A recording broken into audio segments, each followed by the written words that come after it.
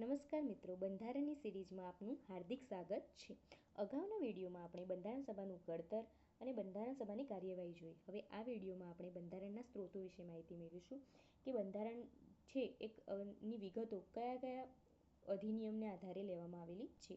તો હવે જોઈએ ભારત સરકાર અધિનિયમ 1935.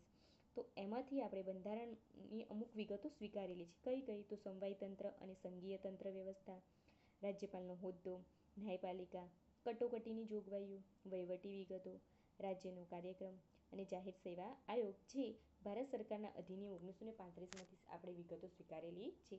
પછી બ્રિટનના બંધારણમાંથી આપણે શું શું સ્વીકારેલું છે? તો બ્રિટનના બંધારણમાંથી સંસદીય શાસન પ્રણાલી, કાયદાનું શાસન, કાયદાકીય પ્રક્રિયા, દ્વિગૃહી સંસદ, એકલ નાગરિકતા, કેબિનેટ પદ્ધતિ, વિશેષાધિકાર રીટ, સંસદીય વિશેષાધિકાર, રાષ્ટ્રપતિની બંધારણીય સ્થિતિ, સૌથી વધુ મતના આધારે ચૂંટણી વિજય. હવે આયર્લેન્ડના બંધારણમાંથી આપણે શું સ્વીકાર્યું છે? તો રાજ્યનીતિના માર્ગદર્શક સિદ્ધાંતો, રાજ્યસભામાં નિમાયેલા સભ્યો અને રાષ્ટ્રપતિને ચૂંટવાની પ્રક્રિયા એ આપણે આયર્લેન્ડના બંધારણમાંથી સ્વીકારેલી છે.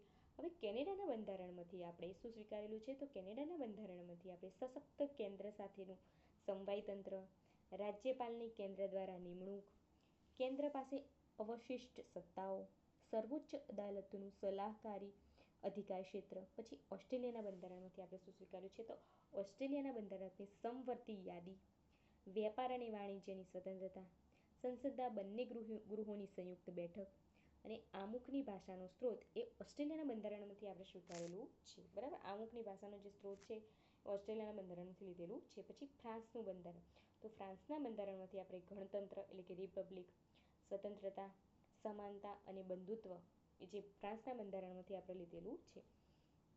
હવે દક્ષિણ આફ્રિકાનું જે બંધારણ હતું, તો દક્ષિણ આફ્રિકાના બંધારણમાંથી બંધારણીય સુધારા કરવાની જે પ્રક્રિયા છે એ પછી રાજ્યસભાના સભ્યોની જે ચૂંટણી છે એ દક્ષિણ આફ્રિકાના બંધારણમાંથી લેવામાં આવેલ છે. હવે જર્મનીનું વેઇમર બંધારણ જોઈએ તો કટોકટી સમયે અમુક મૂળભૂત અધિકારોને મોકૂફ થવું, પછી રાષ્ટ્રીય કટોકટી, રાજ્ય કટોકટી અને નાણાકીય કટોકટી એ જર્મનીના વેઇમર જે બંધારણ છે એમાંથી લેવામાં આવેલું છે. મિત્રો, જર્મનીનું જે બંધારણ છે એમાંથી આપણે રાષ્ટ્રીય કટોકટી, રાજ્ય કટોકટી, નાણાકીય કટોકટી અને કટોકટીના સમયે અમુક મૂળભૂત બંધારણનું મોકૂફ રાખવું આ સ્વીકારેલું છે આપણે. બરાબર, પછી પૂર્વ સોવિયત સંઘનું જે બંધારણ હતું એમાંથી આપણે મૂળભૂત ફરજો લીધેલી છે, આયોજનનો ખ્યાલ લીધેલો છે અને આમુખમાં ન્યાય એટલે સામાજિક, આર્થિક અને રાજનૈતિકના સિદ્ધાંતો લીધેલા છે. પછી જાપાનનું બંધારણ જોઈએ તો જાપાનના બંધારણમાં આપણે કાયદા દ્વારા પ્રસ્થાપિત પ્રક્રિયા લીધેલી છે.